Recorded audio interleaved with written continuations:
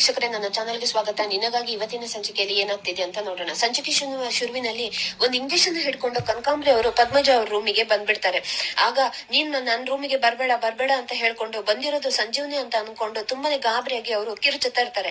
ಅಕ್ಕ, ಅವ್ನ್ ಬಂದಿಲ್ಲ ಅಕ್ಕ, ಬಂದಿರೋದು ನಾನ್ ನಿನ್ ತಂಗಿ ಅಕ್ಕ ಕನಕ.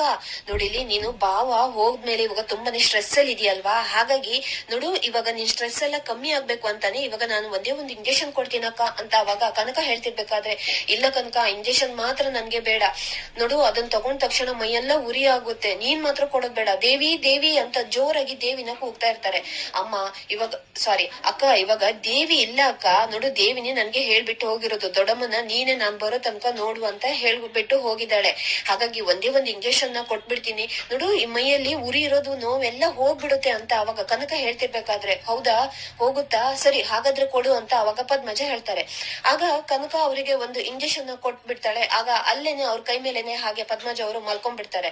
ಆಗ ಅವರು ಮಲ್ಕೊಂಡಿದ್ದ ಅದನ್ನ ನೋಡ್ಬಿಟ್ಟು ಹಾಗೆ ಅವ್ರನ್ನ ಬೆಡ್ ಮೇಲೆ ಜೋರಾಗಿ ತಳ್ಬಿಟ್ಟು ಆ ಇಂಜೆಕ್ಷನ್ ಅನ್ನ ಸಿರಿಂಜ್ ಅನ್ನ ತೆಗ್ದ್ಬಿಟ್ಟು ಹಾಗೆ ಡಸ್ಟ್ಬಿನ್ ಗೆ ಹಾಕಿ ಕನಕ ಹೊರಗಡೆ ಬರ್ತಾ ಇರ್ಬೇಕಾದ್ರೆ, ಆಗ ಅವ್ರ ಮಗಳು ದೇವಿ ಅಲ್ಲಿಗೆ ಬಂದ್ಕೊಂಡು, ಅಮ್ಮ ನೀನೇನ್ ಇಲ್ಲಿ ದೊಡ್ಡಮ್ಮನ್ ರೂಮ್ ಹತ್ರ ಏನ್ ಮಾಡ್ತಿದ್ಯಾ, ನಾನ್ ನಿನ್ಗೆ ಹೇಳಿಲ್ವಾ, ನನ್ನನ್ನು ಬಿಟ್ಬಿಟ್ಟು ದೊಡ್ಡಮ್ಮನ್ ರೂಮಿಗೆ ಯಾರನ್ನು ಕೂಡ ಬರೋ ಹಾಗಿಲ್ಲ ಅಂತ, ನೀನ್ ಯಾಕಮ್ಮ ಇಲ್ಲಿಗ್ ಬಂದಿದ್ಯಾ, ಇನ್ನೇನ್ ಕಿತಾಪತಿ ಮಾಡಕ್ ಬಂದಿದ್ಯಾ ಅಂತ ಅವಾಗ ದೇವಿ ಕೇಳ್ತಾಳೆ. ಏನೇ ಮಾತಾಡ್ತಿದ್ಯಾ, ಅವಳು ಯಾರವಳು, ಅವಳು ನನ್ನ ಅಕ್ಕ, ನಿನ್ ಪರ್ಮಿಷನ್ ತಗೊಂಡು ನಾನು ಅವಳ ರೂಮಿಗೆ ನೋಡಕ್ ಬರ್ಬೇಕಾ, ಸುಮ್ನೆ ಈ ತರ ಎಲ್ಲ ಮಾತಾಡಿದ್ರೆ ಚೆನ್ನಾಗಿರಲ್ಲ ಅಂತ ದೇವಿಗೆ ಬೈದ್ಬಿಟ್ಟು ಕನಕ ಅಲ್ಲಿಂದ ಹೋಗ್ತಾಳೆ. ಇನ್ನ ಒಂದ್ ಕಡೆ ಜೀವ ಮಾತ್ರ ಒಂದ್ ಸೂಟ್ ಕೇಸ್ ಅನ್ನ ಓಪನ್ ಮಾಡ್ಕೊಂಡು ಅದರಲ್ಲಿ ಒಂದು ಗಂಟಿರುತ್ತೆ, ಹಾಗೆ ಅದನ್ನ ಹಿಡ್ಕೊಂಡ್ಬಿಟ್ಟು, ಅಮ್ಮ ದಯವಿಟ್ಟು ನನ್ನ ಕ್ಷಮಿಸ್ಬಿಡಮ್ಮ, ಯಾವತ್ತೂ ಕೂಡ ನೀನ್ ಆಸೆ ಪಟ್ಟಂತ ಮಗ ನಾನು ಆಗ್ಲೇನೆ ಇಲ್ಲ, ದೇವ್ರೆ ದಯವಿಟ್ಟು ಮುಂದಿನ ಜನ್ಮ ಅಂತಿದ್ರೆ ನಾನ್ ಮತ್ತೆ ಪುನಃ ಅವ್ರ ಮಗನಾಗಿನೇ ಹುಟ್ಬೇಕು, ಯಾಕಂತಂದ್ರೆ ಅವ್ರ ಋಣನ ನಾನು ಅವಾಗ್ಲಾದ್ರೂ ಕೂಡ ತೀರಿಸಬಹುದು ದೇವ್ರೆ ಅಂತ ಹೇಳ್ಕೊಂಡು ಹಾಗೆ ಆ ಗಂಟನ್ನ ಹಿಡ್ಕೊಂಡು ಜೋರಾಗಿ ಅಳ್ತಾ ಇರ್ತಾನೆ. ಆಗ ಅದೇ ಹೊತ್ತಿಗೆ ಸ್ವಲ್ಪ ಅಲ್ಲಿಗೆನೆ ರಚನಾ ಬಂದ್ಬಿಟ್ಟು ಅದನ್ನೆಲ್ಲ ನೋಡ್ತಾ ಇರ್ತಾಳೆ. ಆಗ ಜೀವ ಮಾತ್ರ ಆ ಗಂಟನ್ನ ಮತ್ತೆ ಪುನಃ ಆ ಸೂಟ್ ಕೇಸ್ ಅಲ್ಲೇ ಇಟ್ಬಿಟ್ಟು ಹಾಗೆ ಹೊರಟು ಹೋಗೋಕಂತ ರೆಡಿ ಆಗ್ತಾನೆ. ಆಗ ರಚನಾ ಓಡೋಗಿ ಅಲ್ಲೇ ಬಚ್ಚಿಟ್ಕೊಂತಾಳೆ. ಇತ್ತ ಜೀವ ಹೋದ ತಕ್ಷಣನೇ ಮತ್ತೆ ರಚನಾ ಬಂದ್ಬಿಟ್ಟು ಆ ಸೂಟ್ ಕೇಸನ್ನ ಓಪನ್ ಮಾಡಿ ಆ ಗಂಟನ್ನ ಬಿಡ್ಸಕಂತ ನೋಡ್ತಾ ಇರ್ತಾಳೆ. ಅಲ್ಲ, ಇವಾಗ ಜೀವ ಇಷ್ಟೊಂದು ಎಮೋಷನ್ ಆಗುವಂತದ್ದು ಇದ್ರಲ್ಲಿ ಏನಪ್ಪಾ ಇದೆ ಅಂತ ರಚನಾ ಆ ಗಂಟನ್ನ ಓಪನ್ ಮಾಡ್ತಾ ಇರ್ಬೇಕಾದ್ರೆ, ಆಗ ಬಾಲ ಅಲ್ಲಿಗೆ ಬಂದ್ಬಿಟ್ಟು ಆ ಗಂಟನ್ನ ಕಿತ್ಕೊಂಡು ಮತ್ತೆ ಅದನ್ನ ಸೂಟ್ ಕೇಸ್ ಅಲ್ಲೇ ಹಾಕ್ಬಿಟ್ಟು ಅದನ್ನ ಬೀರು ಒಳಗಡೆ ಇಟ್ಬಿಡ್ತಾನೆ. ಬನ್ನಿ ಹೊರಗಡೆ ಅಂತ ಹೇಳ್ಕೊಂಡು ರಚನನ್ನ ಕರ್ಕೊಂಡು ಹೋಗ್ತಾನೆ. ಅಲ್ಲ ರಚನಾ, ನಿಮ್ಗೆ ಏನಾಗಿದೆ, ಇವಾಗ ಜೀವ ಇಲ್ದಿರೋ ಟೈಮ್ ಅಲ್ಲಿ ಬಿಟ್ಟು ಅವನ್ ಇವಾಗ ವಸ್ತುನ ಈ ತರ ಕದ್ದು ಮುಚ್ಚಿ ಇವಾಗ ಹುಡುಕುವಂತದ್ದು ಇವಾಗ ನಿಮ್ಗೆ ಏನಿದೆ ಅಂತ ಅವಾಗ ಬಾಲ ಕೇಳ್ತಿರ್ಬೇಕಾದ್ರೆ, ಅಲ್ಲ ಬಾಲ, ಇವಾಗ ಕದ್ಬಿಟ್ಟು ನಾನು ಏನ್ ಕೆಲಸ ಮಾಡ್ತಾ ಇದ್ದೀನಿ, ಇವಾಗ ಜೀವ ನನ್ಗೆ ತಾಳಿ ಕಟ್ಟಿರೋ ಹೆಂಡತಿ ಅಲ್ವಾ ನಾನು, ಇವಾಗ ಅವನ್ ಸುಖ ಕಷ್ಟದಲ್ಲೂ ಇವಾಗ ಭಾಗಿಯಾಗೋದು ಹಕ್ಕು ನನ್ಗೂನು ಇದೆ ಅಲ್ವಾ ಅಂತ ಅವಾಗ ರಚನಾ ಕೇಳ್ಬಿಡ್ತಾಳೆ. ನೋಡು, ಹಕ್ಕು ಇದೆ ರಚನಾ, ಆದ್ರೆ ಇವಾಗ ಜೀವನಿಗೆ ಅವ್ರ ಮನೆಯವರು ಎಷ್ಟೋ ವರ್ಷ ಆದ್ಮೇಲೆ ಸಿಕ್ಕಿದ್ದಾರೆ, ಇವಾಗ ಆ ವಾಸ್ತವನ ಜೀವನಿಗೆ ಒಪ್ಕೊಳ್ಳೋಕೆ ಸ್ವಲ್ಪ ಕಷ್ಟ ಆಗ್ತಾ ಇದೆ. ನೋಡು, ಒಂದ್ ಸ್ವಲ್ಪ ಟೈಮ್ ಇವಾಗ ನೀನು ಜೀವನಿಗೆ ಕೊಟ್ಬಿಟ್ರೆ ಅವನು ಇರೋ ಎಲ್ಲ ಕಥೆನೂ ಕೂಡ ನಿನ್ಗೂನು ಕೂಡ ಹೇಳ್ಬಿಡ್ತಾನೆ. ಆದ್ರೆ ಇವಾಗ ನೀನು ಅತಿ ಉತ್ಸಾಹ ತೋರಿಸ್ಬಿಟ್ಟು ಮತ್ತೆ ನಿಮ್ಮಿಬ್ರು ನಡುವೆ ಇವಾಗ ವಿರಸ ಉಂಟಾಗ್ಬಾರ್ದಲ್ವಾ, ನೀನ್ ಸ್ವಲ್ಪ ತಾಳ್ಮೆಯಿಂದ ಇರು ಅಂತ ಹೇಳ್ಬಿಟ್ಟು ಬಾಲ ಅಲ್ಲಿಂದ ಹೊರಟೋಗ್ತಾನೆ. ಇನ್ನ ಒಂದ್ ಕಡೆ ಈಶ್ವರ್ ಚಂದ್ರ ಅವರು ಹಾಗೆ ಲ್ಯಾಪ್ಟಾಪ್ ಅಲ್ಲಿ ಕೆಲಸ ಮಾಡ್ತಾ ಇರ್ಬೇಕಾದ್ರೆ, ಆಗ ಅವ್ರ ಹೆಂಡತಿ ಬಾಮಿನಿ ಬಂದ್ಕೊಂಡವ್ರಿ ಏನ್ ಮಾಡ್ತಿದ್ರಾ ಅಂತ ಕೇಳ್ತಾರೆ. ಅದು ಒಂದ್ ಕಂಪನಿಯವರು ಅವ್ರ ಎಂಪ್ಲಾಯ್ಸಿಗೆಲ್ಲ ಇವಾಗ ಆನ್ಯುವಲ್ ಡೇಗೆ ಉಂಗ್ರ ಪರ್ಚೇಸ್ ಮಾಡ್ತಾರಂತೆ, ಹಾಗಾಗಿ ಅದೇ ಕೊಟೇಶನ್ ಕೇಳಿದ್ರು, ಅದನ್ನ ರೆಡಿ ಮಾಡ್ತಾ ಇದ್ದೀನಿ ಅಂತ ಅವಾಗ ಅವ್ರು ಹೇಳ್ತಾರೆ. ನೋಡಿದ್ರ ಅದ್ಯಾರೋ ಇವಾಗ ಅವ್ರ ಎಂಪ್ಲಾಯ್ಸ್ಗಳನ್ನ ಅಷ್ಟೆಲ್ಲ ಉಡುಗೊರೆ ಕೊಡ್ತಿದ್ರೆ, ಆದ್ರೆ ನಾವು ಕೂಡ ಈ ಮನೇಲಿ ಇದೀವಿ ಕೆಲ್ಸದವ್ರ ತರ ಅಂತ ಅವಾಗ ಅವ್ರ ಹೆಂಡತಿ ಹೇಳ್ಬೇಕಾದ್ರೆ, ನಿನ್ನನ್ ಯಾರೇ ಕೆಲಸದವ್ರು ಅಂತ ಹೇಳಿರೋದು, ನಿನ್ಗೇನ್ ಕಮ್ಮಿ ಆಗಿದೆ ಈ ಮನೇಲಿ, ಕೈಗೊಂದಾಳು ಕಾಲ್ಗೊಂದಾಳು ಅಂತ ಅವ್ರು ಹೇಳ್ತಾರೆ. ಆಳು ಕಾಳು ಎಲ್ಲ ಇದಾರೆ, ಆದ್ರೆ ಯಾರನ್ನು ಕೂಡ ಓನರ್ ಅಮ್ಮ ಅಂತಾನು ಕೂಡ ಹೇಳ್ತಿಲ್ವಲ್ಲೇನ್ರಿ, ನೋಡಿ ನೀವು ಸ್ವಲ್ಪ ಏನಾದ್ರೂ ಇವಾಗ ಸರಿಯಾಗಿದ್ದಿದ್ರೆ ನಾವು ಕೂಡ ನಮ್ಮ ಮಗನಿಗೆ ಆಗುವಷ್ಟು ಆಸ್ತಿ ಪಾಸ್ತಿ ಕೂಡ ಎಲ್ಲದನ್ನು ಕೂಡ ಮಾಡ್ಬೋದಿತ್ತು ಅಂತ ಅವಾಗ ಅವ್ರು ಹೇಳ್ತಿರ್ಬೇಕಾದ್ರೆ, ಯಾವಾಗ ನೋಡಿದ್ರು ಕೂಡ ಆಸ್ತಿ ಪಾಸ್ತಿ, ನಮ್ಮ ಅಣ್ಣ ನಿಮ್ಗೆ ಏನೇ ಕಮ್ಮಿ ಮಾಡಿದಾನೆ, ಉಳ್ಕೊಳಕ್ಕೆ ನೆಲೆ, ಇವಾಗ ಜನರು ಮುಂದೆ ಇವಾಗ ಒಂದು ಹೆಸರು, ಎಲ್ಲದನ್ನು ಕೂಡ ನಮ್ಗ ಅವನು ಮಾಡಿಲ್ವಾ, ಮತ್ತೆ ಯಾಕೆ ನೀನು ಆಸ್ತಿ ಆಸ್ತಿ ಅಂತ ಎಷ್ಟೊಂದು ಇವಾಗ ಬಾಯ್ ಬಿಡ್ತೀಯ ಅಂತ ಆಗ ಅವರು ಕೇಳ್ತಾ ಇರ್ಬೇಕಾದ್ರೆ, ರೀ ಇವಾಗ ಇಷ್ಟು ವರ್ಷ ನೀವು ಅವ್ರ ಜೊತೆಗೆ ಇದ್ಬಿಟ್ಟು ಕೆಲಸ ಮಾಡಿದೀರಾ ಅಲ್ಲ, ಅವ್ರು ನಿಮ್ಗೆ ಏನ್ ಮಾಡಿದಾರ ಅಂತ ನೋಡಿ, ಇವಾಗ ಒಂದ್ ವೇಳೆ ಆ ಬರ್ಣ ಅವರು ಏನಾದ್ರು ವಿಲ್ಲು ಓದುವಾಗ ಅದ್ರಲ್ಲಿ ಏನಾದ್ರು ಸಮಪಾಲು ಅಂತ ನಮ್ಗೇನಾದ್ರು ಇಲ್ಲ ಅಂತ ಇದ್ದಿದ್ರೆ ಆಮೇಲೆ ಈ ಬಾಮಿನಿ ಏನು ಅಂತ ನೀವು ನೋಡ್ಬೇಕಾಗುತ್ತೆ ಅಂತ ಹೇಳ್ಬಿಟ್ಟು ಅಲ್ಲಿಂದ ಬೈದ್ಬಿಟ್ಟು ಎದ್ದೋಗ್ಬಿಡ್ತಾರೆ. ಆಗ ಈಶ್ವರ ಚಂದ್ರ ಮಾತ್ರ, ಅಣ್ಣ ನೋಡ್ದಿ ಅಣ್ಣ, ಕೂಡು ಕುಟುಂಬ ಅಂತ ಯಾವಾಗ್ಲೂ ಕೂಡ ಹೇಳ್ತಿದ್ಯಲ್ಲ, ಈ ಕೂಡು ಕುಟುಂಬ ಹಣೆ ಬರನ್ನು ನೋಡ್ದಿ ಅಣ್ಣ ನೀನು, ಎಲ್ರು ಕೂಡ ರಣ ಹದ್ದುಗಳ ತರ ಕಿತ್ಕೊಂಡು ತಿಂತಾ ಇದಾರೆ, ಯಾಕಣ್ಣ ನನ್ನನ್ನ ಬಿಟ್ಬಿಟ್ಟು ಹೋದೆ ಅಂತ ಆಗ ಅವರು ಅಳ್ತಾ ಇರ್ತಾರೆ. ಇನ್ನ ಒಂದ್ ಕಡೆ ದೇವಿ ಮಾತ್ರ ಕನಕಾಂಬರಿ ಹತ್ರ, ಅಮ್ಮ ನಾನ್ ನಿನ್ಗೆ ಎಷ್ಟು ಸರಿ ಹೇಳಿದೀನಮ್ಮ, ನೀನ್ ಮಾತ್ರ ಯಾವ್ದೇ ಕಾರಣಕ್ಕೂ ದೊಡ್ಡಮ್ಮನ ರೂಮಿಗೆ ಹೋಗ್ಬಾರ್ದು ಅಂತ. ಆದ್ರೆ ನೀನ್ ಇವತ್ ಅಲ್ಲಿ ಹೋಗ್ಬಿಟ್ಟು ಏನಮ್ಮ ಕಿತಾಪತಿ ಕೆಲಸ ಮಾಡಿದ್ಯಾ, ನೋಡಮ್ಮ ನಿನ್ಗೆ ಎಷ್ಟು ಸರಿ ಹೇಳ್ಬೇಕು, ನೀನ್ ಮಾಡ್ತಾ ಇರೋದು ಸರಿ ಇಲ್ಲ ಅಮ್ಮ ಅಂತ ಅವಾಗ ದೇವಿ ಹೇಳ್ತಿರ್ಬೇಕಾದ್ರೆ, ನೋಡು ಸರಿ ಯಾವ್ದು ತಪ್ಪು ಯಾವ್ದು ಅಂತ ನನಗ್ ಗೊತ್ತು, ಅದನ್ನೆಲ್ಲ ನೀನ್ ನನ್ಗೆ ಹೇಳ್ಕೊಡಕ್ಕೆ ಬರ್ಬೇಡ. ನೀನ್ ಎಷ್ಟೇ ಬೇಡ ಅಂತಂದ್ರು ನಾನ್ ಮಾತ್ರ ಹೋಗ್ತೀನಿ.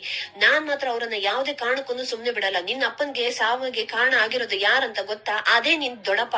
ಆವತ್ತು ನಿನ್ನ ಅಪ್ಪ ಗೋಲ್ಡ್ ಬಿಸ್ನೆಸ್ ಮಾಡ್ಕೊಂಡು ಎಷ್ಟೊಂದು ಆರಾಮಾಗಿ ಇದ್ರು. ಅವ್ರು ಹೊಸ ಹೊಸ ಐಡಿಯಾನೆಲ್ಲ ನಿನ್ ದೊಡ್ಡಪ್ಪನೇ ತಕೊಂಡು ಅವ್ರು ಅದನ್ನ ಬಿಸ್ನೆಸ್ಗೆಲ್ಲ ಅದನ್ನ ಕನ್ವರ್ಟ್ ಮಾಡ್ಕೊಂಡು ಆಮೇಲೆ ನಿನ್ನ ಅಪ್ಪನ್ ಬಿಸ್ನೆಸ್ ಅನ್ನೇ ಲಾಸ್ ಆಗೋ ತರ ಮಾಡ್ಬಿಟ್ರು. ಅದಾದ ನಂತರ ನಿನ್ನ ಅಪ್ಪನ್ನ ಅವ್ರ ಬಿಸ್ನೆಸ್ ಅಲ್ಲಿ ಪಾರ್ಟ್ನರ್ ಆಗುನು ಮಾಡ್ಕೊಂಡ್ರ? ಇಲ್ಲ, ಅದ್ರ ಬದ್ಲಿಗೆ ಅವ್ರ ತಮ್ಮ ಈಶ್ವರ್ ಚಂದ್ರನ್ನ ಪಾರ್ಟ್ನರ್ ಆಗಿ ಮಾಡ್ಕೊಂಡ್ರು. ಅದು ಸಾಲದು ಅಂತ ಊರವ್ರ ಮುಂದೆ ನಿನ್ನ ಅಪ್ಪನಿಗೆಲ್ಲ ಇವಾಗ ಅಷ್ಟೊಂದು ಅವಮಾನ ಮಾಡ್ಬಿಟ್ಟು ಕೊನೆಗೂ ಅವ್ರ ಸಾವಿಗೆ ಕಾರಣ ಆಗ್ಬಿಟ್ಟಿದಾರಲ್ಲ. ಅದು ಬಿಡು ದೇವಿ, ಇವಾಗ ಇಷ್ಟು ವರ್ಷ ಆದ್ರೂ ಕೂಡ ನಾನು ನಿನ್ನ ಅಪ್ಪನ ಶ್ರಾದ್ದನೆ ಮಾಡಿಲ್ಲ, ಯಾಕ್ ಗೊತ್ತಾ ಅಂತ ಅವಾಗ ಕೇಳ್ತಾರೆ. ಆಗ ದೇವಿನ ಕೂಡ ಶಾಕ್ ಆಗ್ಬಿಟ್ಟು ಯಾಕಮ್ಮ ಅಂತ ಅವಾಗ ಕೇಳ್ತಾಳೆ. ಯಾಕಂತಂದ್ರೆ ಒಂದ್ ವೇಳೆ ನಾನೇನಾದ್ರೂ ಶ್ರಾದ್ದ ಮಾಡ್ಬಿಟ್ರೆ ನಿನ್ನ ಅಪ್ಪನ ಸಾವಿಗೆ ಆತ್ಮಕ್ಕೆ ಅವರಿಗೆ ಶಾಂತಿ ಸಿಗಲ್ಲ, ಅವ್ರ ಸಾವಿನ ಕಿಚ್ಚು ನನ್ನಲ್ಲೇನೆ ಹಾಗೇನೆ ತಣ್ಣಗಾಗುತ್ತೆ ಅಂತ.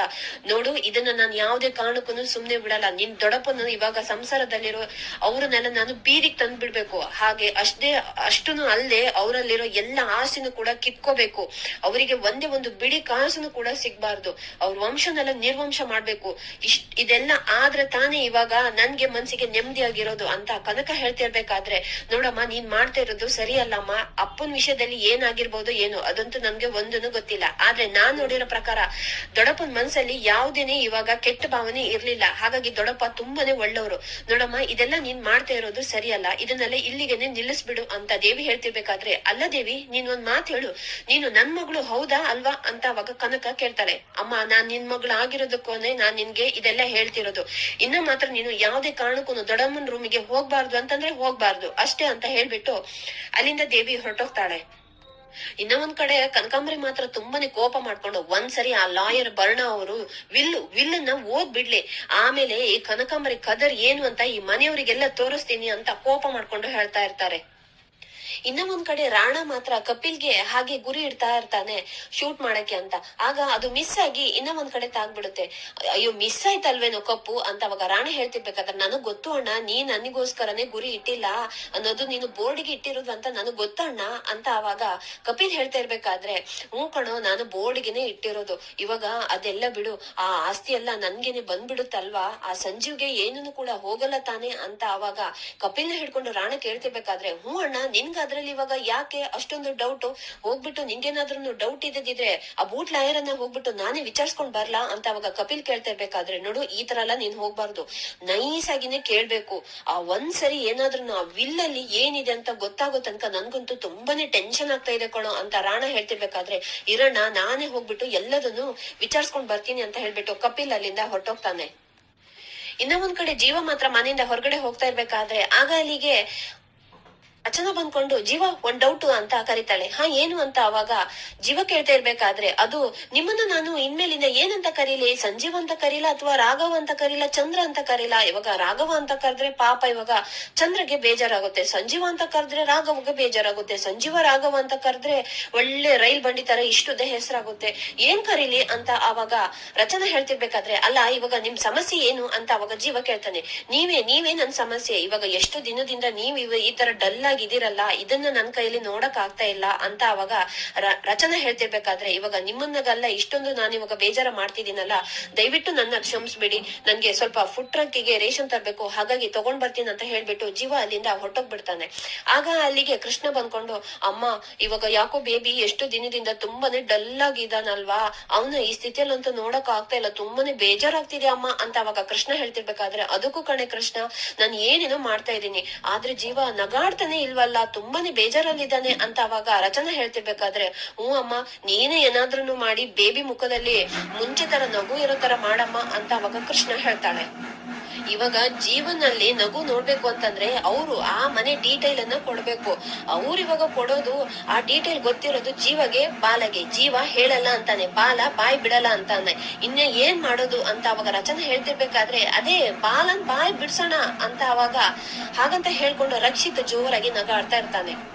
ಇನ್ನ ಒಂದ್ ಕಡೆ ರೂಮ್ ಅಲ್ಲಿ ಅಪ್ಪನ್ ಫೋಟೋ ಹಿಡ್ಕೊಂಡು ರಾಣ ಹಾಗೆ ಸಿಗರೇಟ್ ಸೇರ್ತಾ ಇರ್ಬೇಕಾದ್ರೆ ಆಗ ದೇವಿ ಅಲ್ಲಿಗೆ ಬಂದ್ಕೊಂಡು, ಅಣ್ಣ ಇವತ್ತು 11ನೇ ಕಾರ್ಯ ಇವತ್ತು ದೊಡ್ಡಪ್ಪದು, ಹಾಗಾಗಿ ಅವರದ್ದು ಅಸ್ಥಿ ವಿಸರ್ಜನೆ ಮಾಡ್ಬೇಕು, ಶ್ರಾದ್ದನು ಕೂಡ ಮಾಡ್ಬೇಕು ಅಂತ ದೇವಿ ಹೇಳ್ತಿರ್ಬೇಕಾದ್ರೆ ಇವಾಗಷ್ಟೇ ಇವ್ರ ಫೋಟೋಗೆ ಇವಾಗ ನಾನು ಹೊಗೆ ವಿಸರ್ಜನೆ ಮಾಡ್ದೆ, ಇವಾಗ ಅಸ್ಥಿ ವಿಸರ್ಜನೆ ಮಾಡ್ಬೇಕು ಬೇರೆ ಶ್ರಾದ್ದನು ಬೇರೆ ಮಾಡ್ಬೇಕಾ, ಇವ್ ಯಾವ ಗನಂದಾರಿ ಕೆಲಸ ಮಾಡಿದಾನಂತ ಇವನಿಗೆ ಇವಾಗ ನಾನು ಇಷ್ಟೆಲ್ಲ ಮಾಡ್ಬೇಕು ಅಂತ ರಾಣ ಹೇಳ್ತಿರ್ಬೇಕಾದ್ರೆ, ಅಣ್ಣ ಸ್ವಲ್ಪ ಮರ್ಯಾದೆಯಿಂದ ಮಾತಾಡು, ಅವ್ರು ನಿಮ್ಮ ಅಪ್ಪ ಅನ್ನೋದನ್ನ ನೀನು ಗಮನದಲ್ಲಿ ಇಟ್ಕೋ, ಇವಾಗ ಅವನು ಇವನು ಅಂತ ಯಾಕೆ ನೀನು ಈ ತರ ಎಲ್ಲ ಮಾತಾಡ್ತಿದ್ಯಾ ಅಂತ ದೇವಿ ಆವಾಗ ಕೇಳ್ತಿರ್ಬೇಕಾದ್ರೆ, ಸರಿ ಆಯ್ತು ಇವಾಗ ಇವ್ರು ಏನ್ ಮಾಡಿದಾರಂತ ನಾನ್ ಇವಾಗ ಈ ತರ ಎಲ್ಲ ಮಾಡ್ಬೇಕು, ಒಂದ್ ದಿನನೂ ಕೂಡ ಇವ್ರು ನನ್ಗೆ ಅಪ್ಪ ಅನ್ನೋದ್ ಅಂತ ಅನ್ನಿಸ್ಕೊಂಡ್ಲೇ ಇಲ್ಲ, ಅದ್ಯಾವ್ದೋ ಕಾಗೆ ಬಂಗಾರ ಸಂಜೀವನಿಗೋಸ್ಕರ ಇವಾಗ ಹತ್ರದಲ್ಲಿರುವ ಡೈಮಂಡ್ ಆಗಿರೋ ನನ್ನನ್ನೇ ಇವ್ರು ಇವಾಗ ದೂರ ಮಾಡ್ಬಿಟ್ಟಿದ್ದಾರೆ, ಇನ್ನ ಯಾಕೋಸ್ಕರ ನಾನು ಅದ್ನೆಲ್ಲ ಮಾಡ್ಬೇಕು ಅಂತ ಅವಾಗ ರಾಣ ಕೇಳ್ತಿರ್ಬೇಕಾದ್ರೆ, ಅಲ್ಲ ಅಣ್ಣ ಇವಾಗ ನಮ್ಮಪ್ಪ ಸತ್ತು ಇವಾಗ ಇಷ್ಟೊಂದ್ ವರ್ಷ ಆದ್ರೂ ಕೂಡ ನನ್ನಮ್ಮನೇ ಇನ್ನ ನನ್ನ ಅಪ್ಪನಿಗೆ ಶ್ರಾದ್ದನೆ ಮಾಡಿಲ್ಲ ಅಂತ ಆಗ ದೇವಿ ಜೋರಾಗಿ ಅಳ್ತಾ ಇರ್ತಾಳೆ.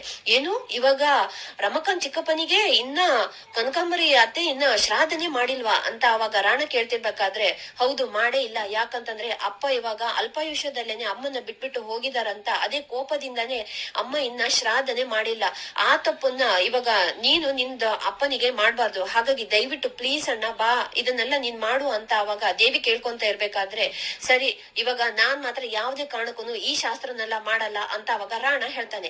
ಸರಿ ಹಾಗಾದ್ರೆ ನೀನು ಮಾಡಲ್ಲ ಅಂತ ಹೇಳ್ಬಿಟ್ಟು ದೊಡ್ಡಮ್ಮನ ಹತ್ರನೇ ಹೇಳು ಬಾ ಅಂತ ಅವಾಗ ದೇವಿ ಹೇಳ್ತಿರ್ಬೇಕಾದ್ರೆ, ಇವಾಗ ಮಧ್ಯದಲ್ಲಿ ಅಮ್ಮನ ಹೆಸರನ್ನ ತಂದ್ಕೊ ಬಂದ್ಬಿಟ್ಟು ನನ್ ಕೈನೆಲ್ಲ ಕಟ್ಟಾಕ್ತಿಯಲ್ವಾ, ಸರಿ ಆಯ್ತು ಅದೇನ್ ಮಾಡ್ಬೇಕು ನಡಿ ಎಲ್ಲದನ್ನು ಕೂಡ ಮಾಡ್ ಮುಗಿಸೋಣ ಅಂತ ದೇವಿ ಹೇಳ್ತಿರ್ಬೇಕಾದ್ರೆ, ಆದ್ರೆ ಒಂದ್ ಕಂಡೀಷನ್ ಅಣ್ಣ, ನೀನ್ ಇದನ್ನ ಮಾಡ್ಬೇಕು ಅಂತಂದ್ರೆ ಸಂಜೀವಣ್ಣ ಇಲ್ಲಿಗ್ ಬರ್ಬೇಕು ಅಂತ ಅವಾಗ ದೇವಿ ಹೇಳ್ತಾಳೆ. ಸಂಜೀವನ್ ಹೆಸರನ್ನ ಕೇಳ್ಕೊಂಡು ರಾಣನಿಗೆ ಮತ್ತಷ್ಟು ಕೋಪ ಬರುತ್ತೆ. ಏನು ಮತ್ತೆ ಅವನು ಈ ಮನೆಗ್ ಬರ್ಬೇಕಾ, ಅದು ಮಾತ್ರ ಯಾವ್ದೇ ಕಾರಣಕ್ಕೂ ಸಾಧ್ಯನೇ ಇಲ್ಲ, ಅವನು ಬರ್ಬೇಕು ಈ ಶಾಸ್ತ್ರನೆಲ್ಲ ಮಾಡ್ಬೇಕು ಅಂತಂದ್ರೆ ಈ ಗೂಬೆಗೆ ಯಾವ ಶಾಸ್ತ್ರನು ಕೂಡ ಮಾಡೋ ಅಗತ್ಯನೇ ಇಲ್ಲ ಅಂತ ರಾಣ ಹೇಳ್ತಿರ್ಬೇಕಾದ್ರೆ, ನೋಡೋಣ ಈ ತರ ಎಲ್ಲ ನೀನು ಮಾತಾಡ್ಬೇಡ, ಯಾಕಂತಂದ್ರೆ ಇವಾಗ ದೊಡ್ಡಪ್ಪನ ಅಂತಿಮ ಸಂಸ್ಕಾರ ಮಾಡಿರೋದು ಸಂಜೀವಣ್ಣನೇ ಅಲ್ವಾ, ಹಾಗಾಗಿ ಶ್ರಾದ್ದನು ಕೂಡ ಸಂಜೀವಣ್ಣನೇ ಮಾಡ್ಬೇಕು, ಹಾಗಾಗಿ ಅವನು ಈ ಮನೆಗೆ ಬರೋದು ತುಂಬಾನೇ ಮುಖ್ಯ ಅಂತ ದೇವಿ ಹೇಳ್ತಿರ್ಬೇಕಾದ್ರೆ, ನೋಡ್ ದೇವಿ ಯಾವ್ದೇ ಕಾರಣಕ್ಕೂ ಈ ಶಾಸ್ತ್ರನೆಲ್ಲ ಹಾಗಾದ್ರೆ ಮಾಡೋದೇ ಬೇಡ, ನೋಡು ಇನ್ನು ಕೂಡ ನಾನು ಮದ್ವೆ ಆಗ್ದೇನೆ ಸಿಂಗಲ್ ಆಗಿದ್ದೀನಿ ಅಂತಂದ್ರೆ ಅದಕ್ಕೆಲ್ಲ ಕಾರಣ ಯಾರು ಹೇಳು, ಅದೇ ಅವನೇ ಆ ಸಂಜೀವನೇ, ಇವಾಗ ನಾನು ನಮ್ಮಪ್ಪ ಇಷ್ಟೆಲ್ಲ ಕೋಟಿಗಟ್ಲೆ ಬಿಸ್ನೆಸ್ ಮಾಡ್ತಿದ್ರು ಕೂಡ ಈ ಬಿಸ್ನೆಸ್ ಅಲ್ಲಿ ನನ್ನನ್ನ ಇನ್ವಾಲ್ವ್ ಮಾಡ್ಕೊಂಡಿಲ್ಲ, ಯಾಕೆ ಹೇಳು, ಅದಕ್ಕೆಲ್ಲ ಕಾರಣನು ಕೂಡ ಅವನೇನೆ, ಇವಾಗ ನಾನು ಖಾಲಿ ಸೂಟು ಬುಟ್ಟು ಹಾಕೊಂಡು ಒಳ್ಳೆ ನಾನು ಬೀದಿ ಬಿಕಾರಿ ತರ ಇದೀನಿ, ಒಂದ್ ಕೈಯಲ್ಲೇನು ಕೂಡ ಬಿಡಿಗಾಸಿಲ್ಲ, ಅದಕ್ಕೆಲ್ಲ ಕಾರಣ ಯಾವ್ದು, ಅವನಿಗೋಸ್ಕರನೇ ತಾನೇ ಇವಾಗ ನಾನು ಇಷ್ಟೆಲ್ಲ ಇವಾಗ ಮಾಡ್ತಿರೋದು, ನೋಡು ಇವಾಗ ಏನು ಇದಕ್ಕೆಲ್ಲ ಇವಾಗ ನಾನು ಅಮ್ಮನ ಒಪ್ಪಿಸ್ಬೇಕು ಅಷ್ಟೇ ತಾನೇ, ರೂಮ್ ಕೀ ಕೊಡು ಅಮ್ಮನ ನಾನು ಒಪ್ಪಿಸ್ತೀನಿ ಅಂತ ಅವಾಗ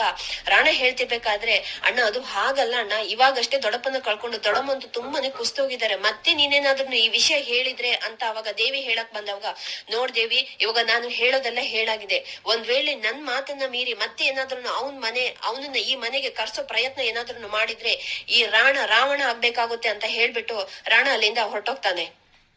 ಇನ್ನ ಒಂದ್ ಕಡೆ ರಕ್ಷಿತ್ ಮಾತ್ರ ನನ್ನ ಹತ್ರ ಒಂದು ಆ ಬಕ್ರ ಬಾಲನ್ನ ಇವಾಗ ಟ್ರಾಪ್ ಮಾಡಕ್ಕೆ ನನ್ನ ಹತ್ರ ಒಂದು ಪ್ಲಾನ್ ಇದೆ ಅಂತ ಹೇಳ್ಕೊಂಡು ರಚನನ ಹತ್ರ ಹೇಳ್ತಾನೆ. ವಾವ್ ಇದೊಂದು ಪ್ಲಾನ್ ಅಂತೂ ಸಖತ್ತಾಗಿದೆ ಬಿಗ್ ಬಾಸ್, ಇದೇ ತರನ ಮಾಡೋಣ ಅಂತ ಹೇಳ್ಕೊಂಡು ಎಲ್ರು ಕೂಡ ಬಾಲನ್ ಹತ್ರ ಬರ್ತಾರೆ. ಬಾಲ ಮಾತ್ರ ಅಲ್ಲೇ ಸೋಫಾ ಮೇಲೆ ಕೂತ್ಕೊಂಡು ಪೇಪರ್ ಓದ್ತಾ ಇರ್ಬೇಕಾದ್ರೆ ಆಗ ಹಿಂದಿನಿಂದ ಇವ್ರು 3 ಜನ ಬಂದ್ಬಿಟ್ಟು ಅವ್ನ್ ತಲೆಗೇನೆ ಮುಖಕ್ಕೆಲ್ಲ ಬಟ್ಟೆ ಕಟ್ಬಿಟ್ಟು ಅವ್ನ್ 2 ಕೈನ ಬೆನ್ ಹಿಂದೆ ಇಟ್ಬಿಟ್ಟು ಚೆನ್ನಾಗಿ ಕಟ್ಬಿಡ್ತಾರೆ. ಆಗ ಅವನಿಗೆ ಚೆನ್ನಾಗಿ ಕಚಕುಳಿ ಇಟ್ಬಿಟ್ಟು, ಇವಾಗ ನನ್ಗೆ ಜೀವನ್ ಬಗ್ಗೆ ಅವ್ನ್ ಫ್ಯಾಮಿಲಿ ಡೀಟೇಲ್ಸ್ ಎಲ್ಲ ಬೇಕು ಹೇಳು ಅಂತ ಅವಾಗ ರಚನಾ ಕೇಳ್ತಿರ್ಬೇಕಾದ್ರೆ, ಆದ್ರೆ ನಾನ್ ಮಾತ್ರ ಏನನ್ನು ಹೇಳಲ್ಲ ಅಂತ ಅವಾಗ ಬಾಲ ಹೇಳ್ಬಿಡ್ತಾನೆ.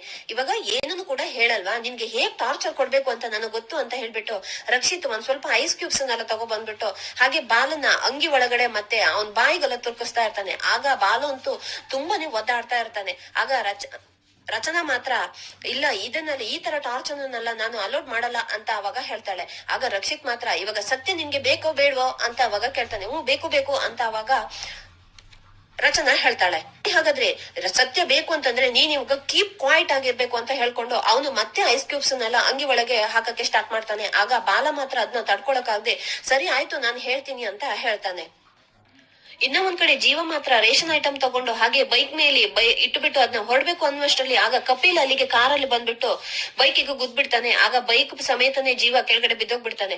ಆಗ ಕಪಿಲ್ ಬಂದಿರೋದನ್ನ ನೋಡ್ಬಿಟ್ಟು, ಹೋ ಕಪಿಲ್ ನೀನೇನ್ ಇಲ್ಲಿ ಆರಾಮಾಗಿದ್ಯಾ, ದೊಡ್ಡ ಅಮ್ಮ ಅಪ್ಪ ಎಲ್ಲ ಚೆನ್ನಾಗಿದ್ದಾರಾ ಅಂತ ಅವಾಗ ಜೀವ ಅವನ್ನ ಹಿಡ್ಕೊಂಡು ವಿಚಾರಿಸ್ತಿರ್ಬೇಕಾದ್ರೆ ಆಗ ಕಪಿಲ್ಗಂತೂ ತುಂಬಾನೇ ಕೋಪ ಮಾಡ್ಕೊಂಡು, ಆಹಾ ಎಷ್ಟೊಂದು ಚೆನ್ನಾಗಿ ಡ್ರಾಮಾ ಮಾಡ್ತಾ ಇದ್ಯಾ, ಇಷ್ಟು ವರ್ಷ ನಾವು ನಿನ್ಗೆಲ್ಲ ಎಲ್ಲೆಲ್ಲ ಹುಡುಕಾಡ್ತಿದ್ವಿ ಆದ್ರೆ ಎಲ್ಲನೂ ಕೂಡ ಪತ್ತೆನೇ ಇಲ್ಲ, ಇವಾಗ ದೊಡ್ಡಪ್ಪ ತೀರೋಗಿರ ತಕ್ಷಣ ತುಂಬಾನೇ ಆಕ್ಟಿವ್ ಆಗ್ಬಿಟ್ಟಿಯಲ್ಲ, ಆಸ್ತಿಗೋಸ್ಕರ ಇಷ್ಟೊಂದೆಲ್ಲ ನಾಟಕ ಮಾಡ್ತಿದ್ಯಾ ಅಂತ ಅವಾಗ ಕಪಿಲ್ ಕೇಳ್ತಾ ಇರ್ಬೇಕಾದ್ರೆ, ನೋಡಪ್ಪ ನನ್ಗೆ ಯಾವ ಕೂಡ ಆಸ್ತಿನೂ ಬೇಕಾಗಿಲ್ಲ, ಅದನ್ನೆಲ್ಲ ನೀವೇನೆ ಇಟ್ಕೊಳ್ಳಿ ಅಂತ ಅವಾಗ ಜೀವ ಹೇಳ್ತಿರ್ಬೇಕಾದ್ರೆ, ಮತ್ತೆ ಆಸ್ತಿ ಬೇಡ ಅಂತಿದ್ದವನು ಇವಾಗ ಲಾಯರ್ ಬರ್ಣಂಕಲ್ ಆಫೀಸ್ಗೆ ಯಾಕೆ ಹೋಗ್ತಿದ್ಯಾ ಅಂತ ಅವಾಗ ಕಪಿಲ್ ಕೇಳ್ತಾನೆ. ಏನು ಲಾಯರ್ ಬರ್ಣ ಅವ್ರ ಆಫೀಸು ಇಲ್ಲಿದ್ಯಾ ಅಂತ ಅವಾಗ ಜೀವ ಕೇಳ್ತಾನೆ. ಅದು ಅಲ್ಲದೆ ಇವಾಗ ನೀನು ಮಾಧುರಿ ಅವ್ರನ್ನ ಯಾಕೆ ಮದ್ವೆ ಆದೆ ಅಂತ ಅವಾಗ ಕಪಿಲ್ ಕೇಳ್ತಾನೆ. ಆಗ ಜೀವನಿಗೆ ಕೋಪ ಬಂದ್ಬಿಟ್ಟು, ನೋಡು ಮಾಧುರಿ ವಿಷಯನ ಯಾರೇ ಮಾತಾಡಕ್ ಬಂದ್ರು ನಾನ್ ಮಾತ್ರ ಅವ್ರನ್ನ ಸುಮ್ನೆ ಬಿಡಲ್ಲ, ಹೋಗೋ ಇಲ್ಲಿಂದ ಹೊರಟೋಗು ಅಂತ ಅವಾಗ ಜೀವ ಕೇಳ್ತಿರ್ಬೇಕಾದ್ರೆ, ನೋಡು ಹೊರಟೋಗ್ಬೇಕಾಗಿರೋದು ನಾನಲ್ಲ ನೀನು, ಒಂದ್ ವೇಳೆ ಇನ್ನ ಏನಾದ್ರೂ ಆ ಮನೆಗೆ ಬಂದಿದ್ರೆ ನಿನ್ನನ್ ಮಾತ್ರ ನಾನು ಯಾವ್ದೇ ಕಾರಣಕ್ಕೂ ಜೀವ ಸಹಿತವಾಗಿ ಉಳಿಸಲ್ಲ. ಇದೇ ತರ ಮನೆಯವ್ರ ಮುಂದೆ ದೊಡ್ಡಪ್ಪನ ಮುಂದೆ ನಾಟಕ ಮಾಡಿ ಮಾಡಿ ಇವಾಗ ರಾಣ ಅಣ್ಣನಿಗೆ ಏನನ್ನು ಕೂಡ ಇಲ್ಲದೆ ಇರೋ ಹಾಗೆ ಮಾಡ್ಬಿಟ್ಟೆ ಅಲ್ಲ ನೀನು, ನೋಡು ನಿನ್ನನ್ ಮಾತ್ರ ನಾನು ಸುಮ್ನೆ ಬಿಡಲ್ಲ. ನೋಡು ಒಂದ್ ವೇಳೆ ಇನ್ನ ಏನಾದ್ರೂ ಶ್ರಾದ್ದ ಅದು ಇದು ಅಂತ ಏನಾದ್ರೂ ಕಾರಣ ಹಿಡ್ಕೊಂಡು ನೀನ್ ಆ ಮನೆಗೆ ಏನಾದ್ರೂ ಬಂದ್ ಬಿಟ್ಟಿಯೋ ನಾವು ಮಾತ್ರ ಯಾವ್ದೇ ಕಾರಣಕ್ಕೂ ನಿನ್ನ ಜೀವ ಸಹಿತ ಉಳಿಸಲ್ಲ. ನೀನು ಎಲ್ಲೆಲ್ಲ ಕಾಲಿಡ್ತೀಯೋ ಅಲ್ಲೆಲ್ಲ ಬರೀ ನೀನು ಅಪಶಕುನನೇ ರಕ್ತನೇ ಎಲ್ಲ ಕಡೆನೂ ಕೂಡ ಸರ್ವನಾಶ ಆಗುತ್ತೆ. ಇವಾಗ ನಾನ್ ಬೇರೆ ನಿನ್ನ ಮುಟ್ಟು ಬಿಟ್ಟಿದೀನಿ, ಇವಾಗ ಮತ್ತೆ ನನ್ಗೆ ಇನ್ನೇನಾಗುತ್ತಾ, ಈ ಕೈನ ನಾನು ಪಿನೈಲ್ ಹಾಕಿ ತೊಳ್ಕೊಬೇಕು ಅಂತ ಹೇಳ್ಬಿಟ್ಟು ಕಪಿಲ್ ಅಲ್ಲಿಂದ ಹೊರಟೋಗ್ತಾನೆ. ಇನ್ನ ಒಂದ್ ಕಡೆ ಕೃಷ್ಣ ಮಾತ್ರ ಬಾಲನ್ ಹತ್ರ, ಪ್ಲೀಸ್ ಬಾಲಮಮ್ಮ ನಮ್ ಬೇಬಿನ ಹೇಗಾದ್ರೂ ಮಾಡಿ ಮೊದ್ಲಿನ ತರ ಮಾಡ್ಬೇಕು, ಅದಕ್ಕೋಸ್ಕರನೇ ಆ ಫ್ಯಾಮಿಲಿ ಬಗ್ಗೆ ನಾವು ನಿನ್ನ ಹತ್ರ ಡೀಟೇಲ್ ಕೇಳ್ತಾ ಇರೋದು, ಪ್ಲೀಸ್ ಬಾಲಮಮ್ಮ ಹೇಳ್ತೀಯಾ ಅಂತ ಕೃಷ್ಣ ರಿಕ್ವೆಸ್ಟ್ ಮಾಡ್ಕೊಂತ ಇರ್ಬೇಕಾದ್ರೆ, ಸರಿ ಆಯ್ತು ಕೃಷ್ಣ ನಿಮ್ಗೆ ಹೇಳ್ದೆ ನಾನು ಇನ್ಯಾರಿಗೆ ಹೇಳ್ತೀನಿ ಕಟ್ ಬಿಚ್ಚಿ ಅಂತ ಅವಾಗ ಬಾಲ ಹೇಳ್ತಾನೆ. ಆಗ ಅವ್ನ್ ಕಟ್ಟನ್ನೆಲ್ಲ ಬಿಚ್ಬಿಟ್ಟು, ಸರಿ ಇವಾಗ ನಾನು ಹೇಳ್ತಾ ಹೋಗ್ತೀನಿ, ನೀವೆಲ್ಲ ಅದನ್ನ ಫಿಲ್ಮಿ ಸ್ಟೈಲ್ ಅಲ್ಲಿ ಇವಾಗ ನೀವು ಅದನ್ನ ಊಹೆ ಮಾಡ್ಕೊಳ್ಳಿ. ಫಸ್ಟ್ ಜಗದೀಶ್ ಚಂದ್ರ ಅವರು ತಮ್ಮ ಇದಾರಲ್ಲ ಈಶ್ವರ್ ಚಂದ್ರ ಅಂತ, ನೋಡು ಅವ್ರ ಈಶ್ವರ್ ಚಂದ್ರ ಇದಾರಲ್ಲ ಅವರು ತುಂಬಾನೇ ಒಳ್ಳೆ ನಿಯತ್ತಿನ ಮನುಷ್ಯ, ಬೇರೆ ನಮ್ ಜೀವನಿಗೆ ಅವರು ಎರಡನೇ ಅಪ್ಪನೇ ತರನೇ ಆಗಿದ್ರು. ಆಮೇಲೆ ಅವ್ರ ಹೆಂಡತಿ ಬಾಮಿನಿ ಅಂತ ಅವರು ನಮ್ ಜೀವನಿಗೆ 3ನೇ ತಾಯಿ ಆಗಿದ್ರು, ತುಂಬಾನೇ ಒಳ್ಳೆ ಹೆಂಗಸು ಅಂತ ಅವಾಗ ಬಾಲ ಹೇಳ್ತಿರ್ಬೇಕಾದ್ರೆ, 3ನೇ ತಾಯಿನ 2ನೇ ತಾಯಿ ಯಾರು ಅಂತ ಅವಾಗ ರಚನಾ ಕೇಳ್ತಿರ್ಬೇಕಾದ್ರೆ, 2ನೇ ತಾಯಿ ಯಾರಂತಂದ್ರೆ ಇವಾಗ ಜೀವನ ಅಮ್ಮ ಇದಾರಲ್ಲ ಪದ್ಮಜ, ಅವರು ತಂಗಿ ಒಬ್ರಿದ್ದಾರೆ ಕನಕಾಂಬರಿ ಅಂತ, ಮುಂಚೆಯಿಂದನು ನಮ್ ಜೀವನಿಗೆ ಅವರು ತುಂಬಾನೇ ಅಚ್ಚುಮೆಚ್ಚಾದ್ರು. ಆದ್ರೆ ಬದಲಾದ ಪರಿಸ್ಥಿತಿಯಲ್ಲಿ ಇವಾಗ ನಮ್ ಜೀವನಿಗೆ ಅವ್ರನ್ನ ಕಂಡನೆ ಆಗಲ್ಲ. ಇನ್ನ ರಾಣ ಅಂತ ಇವಾಗ ಜೀವನ ಒಡ ಹುಟ್ಟಿದ ತಮ್ಮ, ಆದ್ರೆ ಇವಾಗ ಮುಂಚೆ ಅವ್ರ ಅಣ್ಣ ತಮ್ಮ ಅಷ್ಟೊಂದು ಚೆನ್ನಾಗಿದ್ರು, ಆದ್ರೆ ಇವಾಗ ಮಾತ್ರ ದುಶ್ಮನ್ ಆಗಿ ಹೋಗ್ಬಿಟ್ಟಿದ್ದಾರೆ. ಇನ್ನ ಈ ಕಪಿಲ್ ಅಂತಂದ್ರೆ ಯಾರ್ ಗೊತ್ತಾ, ಅದೇ ಈಶ್ವರ್ ಚಂದ್ರ ಮತ್ತೆ ಬಾಮಿನಿ ಅವರ ಏಕೈಕ ಪುತ್ರ. ಇವನ್ ಯಾವಾಗ್ಲೂ ಕೂಡ ಫೈರ್ ತರನೇ ಆಗಿರ್ತಾನೆ. ಅಂತಂದ್ರೆ ಇವನು ಒಟ್ಟಾರೆ ಹೇಳ್ಬೇಕು ಅಂತಂದ್ರೆ ಇವಾಗ ದಾರಿ ತಪ್ಪಿದ ಮಗನ ತರ ಇದಾನೆ ಅಷ್ಟೇ. ಇನ್ನು ಇವಾಗ ಜೀವದು ಚಿಕ್ಕಮ್ಮನ ಮಗಳು ಅಂತ ಕನಕಾಂಬರಿ ಅವರ ಸ್ವಂತ ಮಗಳು ದೇವಿ ಅಂತ. ಇವಾಗ ಈ ಕುಟುಂಬದಲ್ಲಿ ಇರೋ ಒಂದೇ ಒಂದು ಹೆಣ್ಣು ಸಂತಾನ ಅಂತಂದ್ರೆ ಇವಾಗ ಈ ದೇವಿ ಎಲ್ರು ಕೂಡ ತುಂಬಾ ಚೆನ್ನಾಗಿ ನೋಡ್ಕೊಂತಾಳೆ. ಹಾಗಾಗಿ ಎಲ್ರಿಗೂ ಕೂಡ ಈ ದೇವಿ ಅಂತಂದ್ರೆ ತುಂಬಾನೇ ಅಚ್ಚುಮೆಚ್ಚು. ಇವ್ರೇ ಪದ್ಮಜ ಅಂತ, ಅಂದ್ರೆ ಇವಾಗ ಜೀವನ ಹೆತ್ತ ತಾಯಿ. ಒಂದ್ ಕಾಲದಲ್ಲಿ ರಾಮ ಮತ್ತೆ ಕೌಸಲ್ಯನ್ ತರ ತುಂಬಾ ಚೆನ್ನಾಗಿ ಅಮ್ಮ ಮಗ ಇದ್ರು, ಆದ್ರೆ ಒಂದೇ ಒಂದು ನಡೆದಿರೋ ಘಟನೆಯಿಂದ ಹೆಮ್ಮೆ ಪಡುವಂತ ಮಗನಿಂದಾಗಿನೇ ತಲೆ ತೆಗ್ಸುವಾಗ ಆಯ್ತು ಅಂತ ಹೇಳ್ಬಿಟ್ಟು ಮನೆಯಿಂದ ಹೊರಗಡೆ ಹಾಕ್ಬಿಟ್ಟು, ಇನ್ನ ಯಾವ್ದೇ ಕಾರಣಕ್ಕೂ ನೀವು ನನ್ ಮುಖನ ತೋರಿಸ್ಬಾರ್ದು ಅಂತ ಹೇಳ್ಬಿಟ್ಟು ಹಾಗೆ ಜೀವನ ಮನೆಯಿಂದ ಹೊರಗಡೆ ಹಾಕ್ಬಿಟ್ರು ಅಂತ ಎಲ್ಲ ಸ್ಟೋರಿನೂ ಹಾಗೆ ಬಾಲ ರಚನನಿಗೆ ಹೇಳ್ತಾ ಇರ್ತಾನೆ.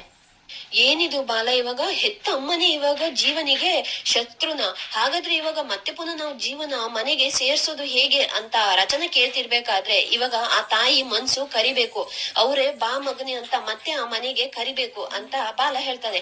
ಒಂದ್ ವೇಳೆನೆ ಅವ್ರೇನಾದ್ರೂ ಕೂಡ ಬಾ ಮಗನಿ ಅಂತ ಮತ್ತೆ ಕರ್ದ್ರೆ ಅಂತ ಅವಾಗ ರಚನೆ ಕೇಳ್ತಿರ್ಬೇಕಾದ್ರೆ ಸಂತೋಷದಿಂದ ಇವಾಗ ಜೀವ ಅದನ್ನ ಒಪ್ಕೊಂಡು ಮತ್ತೆ ಆ ಮನೆಗೆ ಹೋಗ್ತಾನೆ ಅಂತ ಅವಾಗ ಬಾಲ ಹೇಳ್ತಾನೆ. ಇಲ್ಲಿಗೆ ಈ ಸಂಚಿಕೆ ಮುಕ್ತಾಯವಾಗುತ್ತೆ. ವಿಡಿಯೋ ನೋಡಿದ್ದಕ್ಕಾಗಿ ಧನ್ಯವಾದ.